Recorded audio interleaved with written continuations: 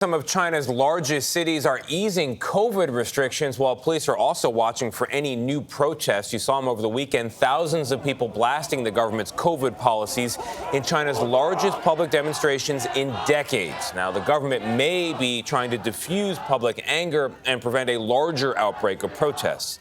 Holly Williams lived and worked in China for more than a decade, and she shows us now how the newest protests bring back memories of a much more turbulent time 33 years ago.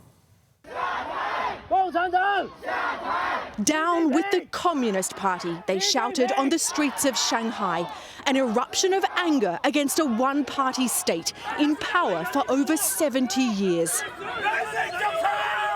Takes courage to go out to street to protest. Zhang Lijia is a Chinese journalist based in London. She says the last time China saw anything like this was in 1989, when university students led demonstrations in Beijing's Tiananmen Square. This is the first time since 1989 we've seen protesters explicitly calling for the downfall of the Communist Party. This is the first time. So this is huge. This is huge, yeah. Zhang led a pro-democracy protest herself in 1989 in the southern city of Nanjing and says she was interrogated by the police. And how dangerous is it to hold a protest like that in China, calling for the downfall of the Communist Party?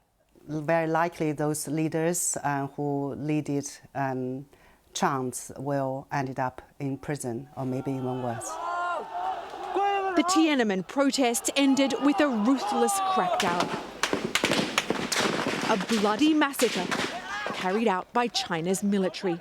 But Zhang says the upheaval in 1989 forced China's leaders to give their people more personal and economic freedom. It's been a recipe for success until recently, with heavy-handed COVID restrictions forcing entire neighbourhoods into quarantine. Chinese people have a reputation being gentle or even docile, but the people are not stupid. In 1989, did you learn something about the ruthlessness of the Communist Party? Certainly, yes. Until the last minute, we did not believe that the government would really open fire to its own people.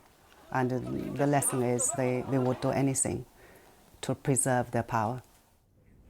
Zhang Lijia told us if China's government is smart, it'll ease COVID restrictions, and there are signs that may already be happening.